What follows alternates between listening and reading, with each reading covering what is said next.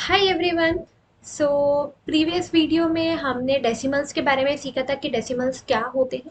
इस वीडियो में हम प्रैक्टिस क्वेश्चंस करेंगे। कुछ नॉर्मल से प्रैक्टिस क्वेश्चंस हैं, 4 प्रैक्टिस क्वेश्चंस हैं। सो लेट्स सी ये कैसे हैं और हम इन्हें कैसे कर सकते हैं। और मैंने आपको ये बोला था कि जब भी आपको डेसिमल्स के कोई भी एक्सपैंडेड फॉर्म में करना है या अगर आपको प्लेस वैल्यू बतानी है या आपको वर्ड्स में लिखना है तो उसके लिए बहुत ज़्यादा ज़रूरी है कि आपको ये वाली जो डेसिमल प्लेस वैल्यू चार्ट है ये एकदम याद होनी चाहिए। बहुत अच्छे से आपको ऑन द टिप याद होनी चाहिए, क्योंकि जब आपको ये याद रहेगी ना तो इसके ज़रिए आप कुछ भी कर सकते हैं, हर तरीके के क्वेश्चन कर सकते हैं। सो पहला क्वेश्चन हमसे ये बोला गया है कि what is a place value. Place value का मतलब है उसकी जगह कहाँ पर होगी 5 की इन नंबर 6.578। सबसे पहले अगर मैं 6.578 को इस प्लेस वैल्यू चार्ट में लगाती हूँ, ये पॉइंट है।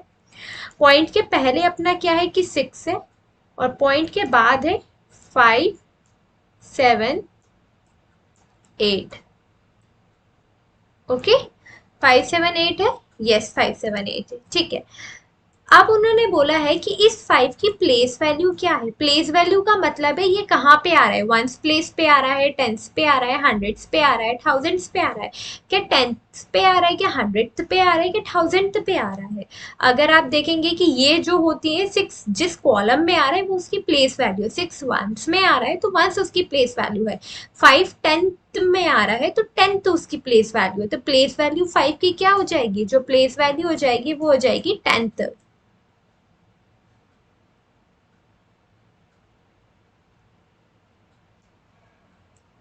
ठीक है। Then write the decimal number 0.025 in words. अब आपको वर्ड्स में लिखना है तो वर्ड्स में लिखना है तो कोई परेशानी नहीं है। सबसे पहले आप यहाँ जाइए, उसको लिखो। पॉइंट के पहले क्या है, जीरो है। पॉइंट के बाद भी जीरो है और फिर जीरो भी है, शायद एक और जीरो है। क्वेश्चन में देख लेते हैं, पॉइंट नहीं, एक ही जीरो है। ओके, सो यहाँ पे अपना हो जाएगा point two and it is 5। Okay, अब आप ये बताओ कि जीरो कौन से कॉलम में आ रहा है। जीरो ये वंस वाले कॉलम में आ रहा है। ये वाला जीरो कौन से कॉलम में आ रहा है, टेंथ कॉलम में। टू हंड्रेड कॉलम में एंड 5 जो है थाउजेंड कॉलम में। अगर मुझे इसको वर्ड्स में लिखना है तो कॉलम में जो भी प्लेस वैल्यू उसके साथ लिखना पड़ेगा। कैसे लिखूंगी मैं, आप इसको ऐसे लिखो, ऐसे लिखेंगे हम। जीरो कौन सी प्लेस पे है, वंस पे है तो जीरो वंस। ठीक है, फिर जीरो वन से फिर क्या है, जीरो टेंथ है।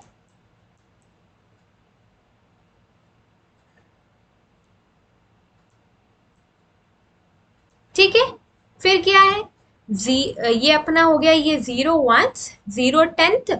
अब क्या है, 200, तो 200 ले लेंगे। लिखो यहाँ पे 200।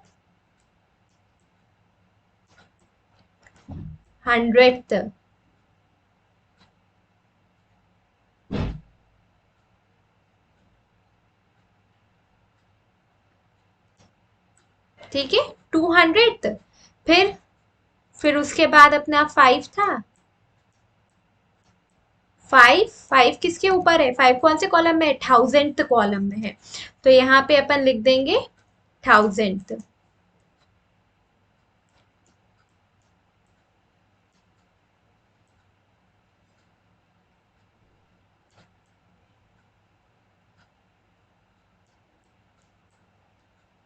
ओके, तो ये वर्ड्स में लिखा गया, समझ में आया। बस आपको वो चार्ट याद करनी है, उस चार्ट के जरिए सब कुछ हो जाएगा। नेक्स्ट क्वेश्चन है कि क्या आपको ये बोला गया है कि जो 9 डिजिट की प्लेस वैल्यू बताओ, इसमें क्या है। वही चीज है 0.0923। ये क्वेश्चन इसके जैसा सेम टू सेम है। आपको वैल्यू बतानी है, लेकिन वैल्यू बतानी है 9 की। यहाँ पे प्लेस वैल्यू पूछा है लेकिन यहाँ पे बस वैल्यू पूछी है।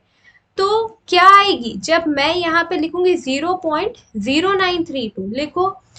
पॉइंट के पहले है जीरो, फिर पॉइंट, फिर जीरो, फिर ये 9, ये अपना आ जाएगा 3 2। तो प्लेस क्या है 9 की, 100th प्लेस पे, मतलब वो किस कॉलम पे आ रहा है, तो वो 100th कॉलम पे आ रहा है। तो what is a value of the digit 9 in the number, value पूछी है, प्लेस वैल्यू नहीं पूछी। प्लेस वैल्यू पूछी होती तो हम बोलते 100th है, लेकिन यहाँ पे इसकी वैल्यू क्या हो जाएगी, वैल्यू मतलब आपको नंबर्स में लिखना पड़ेगा। 9 तो है ही, लेकिन 9 कौन से कॉलम में आ रहा है, 100th कॉलम में आ रहा है, और 100th में आता है तो कितने जीरो आते हैं।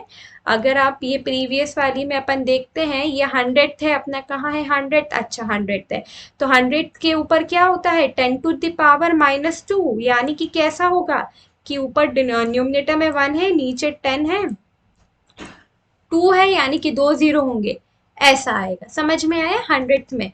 तो यानी यहाँ पे भी क्या आएगा, 9 है, फिर 9 के नीचे क्या आना चाहिए, 9 के नीचे अपने क्योंकि ये 100th कॉलम में है तो यहाँ पे आप 100 तो लिखोगे नहीं, मल्टीप्लाई क्या करोगे, 1/100।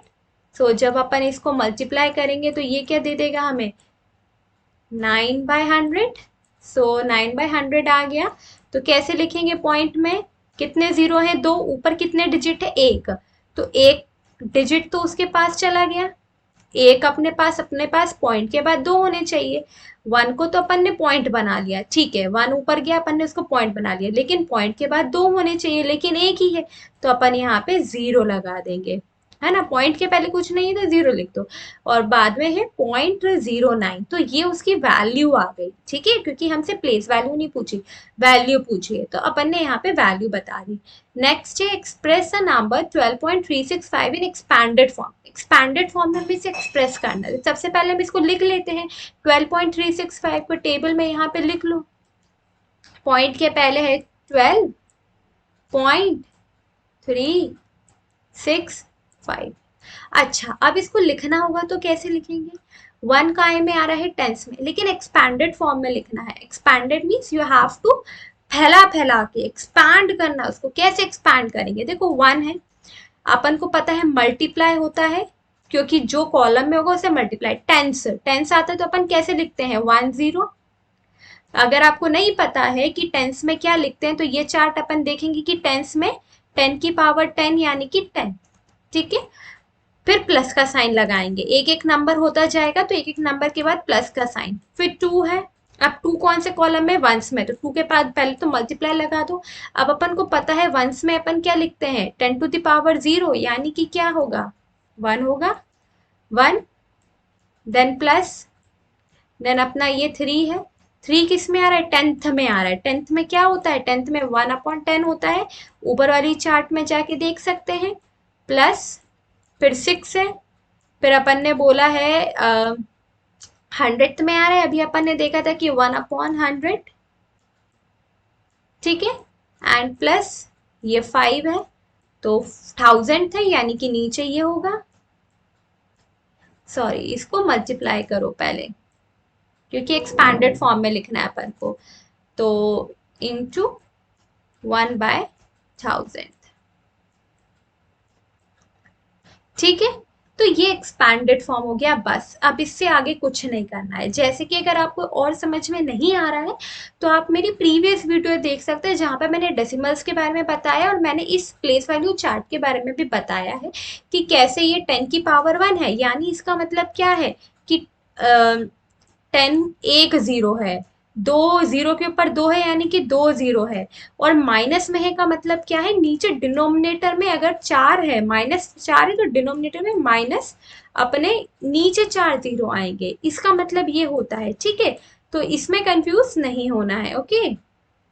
ओके, सो आई होप कि आपको ये चारों जो क्वेश्चन हैं, ये चारों क्वेश्चन क्लियर हुए हैं। अगर आपको नहीं समझ में आते तो एक बार आप फिर से वापस जाके इस वीडियो को दोबारा देख सकते हैं, और प्लीज़ आप फर्स्ट वीडियो को ज़रूर देखें इस कॉन्सेप्ट को समझने के लिए।